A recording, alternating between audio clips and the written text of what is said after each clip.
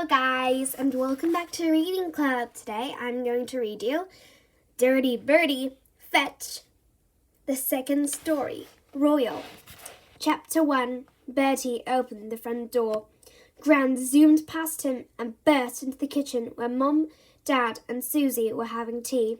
Bertie had never seen her so excited. She looked like she might take off. "You'll never guess what," she panted. "I'm going to meet the Queen." "No," gasped Mum. "Yes, never." "I am. Look, here's the invitation." She fished in her handbag and pulled out a silver-trimmed card with an important-looking coat of arms. Bertie, Susie, Mum and Dad crowded round to look. Her Majesty the Queen graciously invites Mrs. D. Burns and guest to a royal garden party at Buckingham Palace, Saturday, 3rd June. Please dress posh. "Goodness, a royal garden party," said Mum. "Isn't it exciting?" said Gran. "I can hardly wait." Susie read the invitation again. "And guest," she said. "What does that mean?" "It means I can bring a friend or relative," explained Gran. "What, to meet the Queen?" asked Bertie, wide-eyed. "Yes." "Actually really meet her?" "Yes, actually really." Bertie could hardly believe his ears. Imagine that, going to a party at the Queen's house. Bertie loved parties, and this would be the greatest ever. Think of the food, royal jelly and king-sized ice creams. Think of the games, musical thrones, pass the diamonds, and hide-and-seek with 100 rooms to choose from. Maybe the Queen would decide to knight him. Maybe she'd even let him borrow her crown for a day to wear it to school. Hang on, though. Didn't Gran say she could only take one guest to the party, and she hadn't said who it would be? "Let me take your coat, Dotty," said Mum, steering Gran into a chair. "Are you comfy? I'll get you a cushion," simpered Susie. "Have some cake?" offered Dad, cutting a huge slice of sponge. Bertie scowled. He could see what his sneaky family were up to. They wanted Gran to choose them. "Well, have you decided?" asked Mum. "Decided what?" "Who you're taking to the garden party?" "Oh, yes," said Gran. She dabbed her lips with a napkin. "Well, it wasn't easy. I've got so many friends. But in the end I thought, who do I know that's never been to London? Who's never even seen Buckingham Palace?" "Me!" yelled Bertie, banging into the table and spilling the cups. "Bertie!" gasped Susie. "Is that a good idea?" said Dad. "I mean, Bertie, meeting the Queen?" "Why shouldn't I meet her?" demanded Bertie. "Well, it's just sometimes you forget your manners." "I don't," said Bertie, grabbing another slice of cake. Of course, there was the time the Lady Maris visited his school. That was a bit of a disaster. But it wasn't easy to shake hands with a bogey stuck to your finger. Still, Bertie was sure he wouldn't make the same mistake with the Queen. She probably had servants to deal with that sort of thing.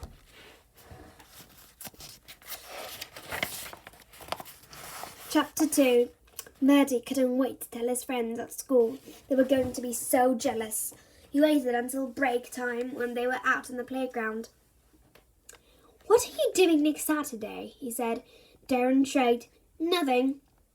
"I've got swimming," said Donna. "I've got to visit my aunt," said Eugene gloomily. "Oh, only I won't be here," said Bertie. I've got to go to London to meet the Queen." The others stared at him, boggle-eyed. Darren burst out laughing. "You meet the Queen?" "Good one, Bertie," grinned Eugene. "For a minute, I almost believed you." "It's true," said Bertie. "She's giving a gardening party. Me and Gran are invited." "Invited to what?" asked a drawling voice. Bertie groaned. Trust no one Nick to poke his nose in where it wasn't wanted.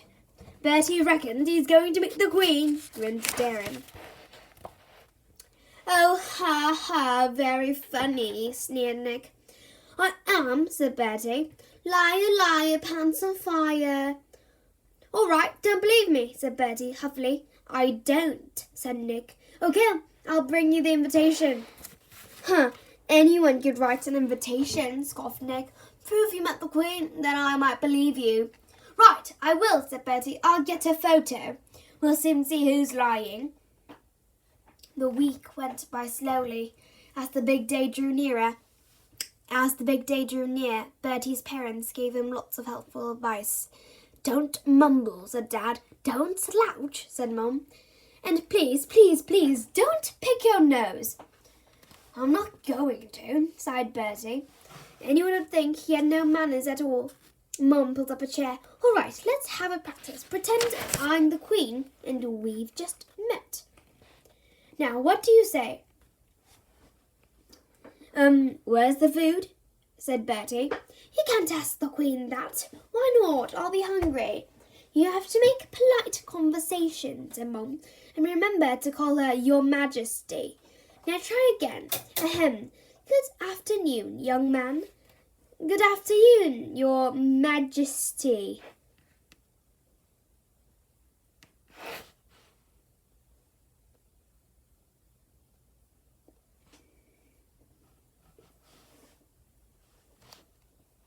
Mum gave him a look. Why are you talking like that? I'm making polite what you said.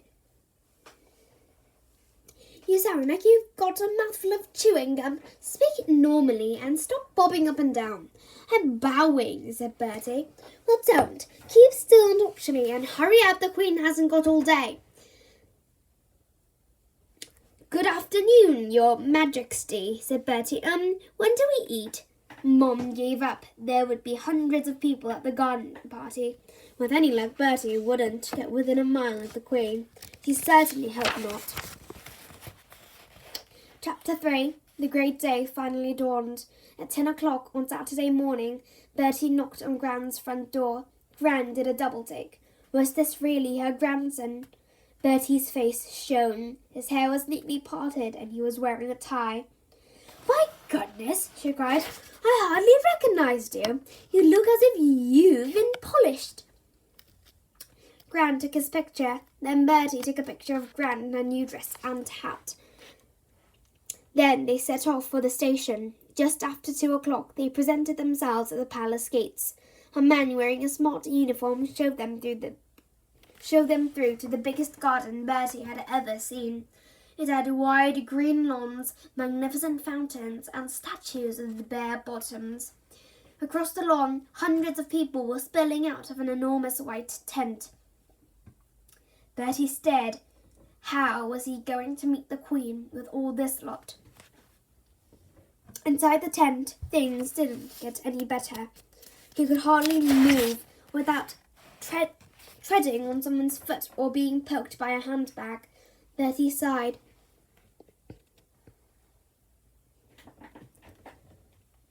Where was the party food? The royal jelly and ice cream? A waiter passed by with a tray of dainty cucumber sandwiches. Bertie took one and crammed it into his mouth. It would hardly have fed a goldfish. He looked round. This was going to be the worst party ever. Everyone was nearly as old as Gran, and all they did was stand around talking and sipping tea. Worst of all, the Queen hadn't even bothered to turn up. Bertie had been keeping an eye out for someone wearing a sparkly gold crown, but there was no sign of her. At this rate, he would never get a photo. What would he tell all his friends? Bertie, hissed Gran. What? Don't eat so fast, and don't say what. Say pardon. Well, I didn't burp, protested Bertie. He sighed. Can I see if there's any cake? Gran rolled her eyes. If you must, but don't be greedy. Bertie pushed his way through the crowd until he spotted a waiter with a plate of cakes. They were dainty cupcakes, macaroons, and lemon slices. He tugged on the waiter's sleeve and started to fill his plate. A voice interrupted him. Are you having a nice time? Bertie turned to see a lady in a pale blue dress with a matching hat. She was about Gran's age, but spoke terribly nicely as if she was reading the news. Yes, thanks, said Bertie. One imagines this might not be a cup of tea, said the smiling lady. I don't drink tea, said Bertie. I tried it once, but I spat it out. I'm at the garden party. Are you really having a nice time? Honestly, said Bertie, cramming a cupcake into his mouth. Honestly. Bertie lowered his voice. It's dead boring. There's nothing to do. Ah, said the lady, I see. I mean, look, said Bertie, spraying cake crumbs everywhere. You'd think the Queen do better than this. There aren't even any balloons or games. She could at least have got a bouncy castle. The lady seemed to find this idea amusing. People would have to take off their hats, she said. Bertie got sight of Gran, who seemed to be trying to tell him something. She pointed at Bertie's companion and waved her hand as if she was swatting flies. Bertie hadn't a clue what she meant. He'd only taken 4 cakes, so he was hardly being greedy. Other people were waiting to meet the lady in the blue hat. She seemed surprisingly popular. Well, I enjoyed our little chat, she said. Tell me, are you fond of dogs? Yes, I've got a dog, said Bertie. He's called Whiffer. I have corgis, 5. Molly, Polly, Vicky, Georgia, and Jemima. Jemima. Okay. Oh, I was right. Georgia, and Jemima. Perhaps you'd like to see them. I'm so sorry. Me, said Bertie. Yes, my footman will show you to the way. A man in a black uniform bowed. Bertie wondered why the lady had a footman. Maybe she had bad feet. In any case, dogs were much more interesting than people. He followed the footman out of the tent to a small courtyard. A maid still waiting with 5 fat little corgis all pulling on their leads. Chapter 4. Bertie let the corgis lick the cake crumbs off his hand. You like dogs? Asked the maid. Yes, replied Bertie. Do you? Can't stand them. Smelly, yappy things. Want to hold them for a bit? Can I? Bertie took the lead from the maid, who seemed glad of a break. Molly, Polly, Vicky, Georgia, and Jemima sniffed round his leg. They haven't had their walkies yet, said the maid. I could take them, said Bertie. I'm not doing anything. The maid considered. Okay, just round the gardens, but keep him in the lead.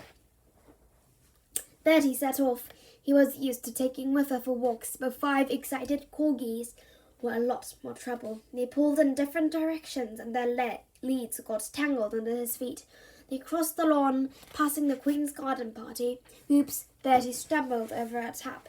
Whoosh, a garden sprinkler came on, spraying him with jets of water. Ah! Ooh! Yelled Bertie, letting go of the dog leads. Free at last, the corgis bolted through a flower bed and raced across the lawn. Oh no, come back! Yelled Bertie as they headed for the door of the big white tent.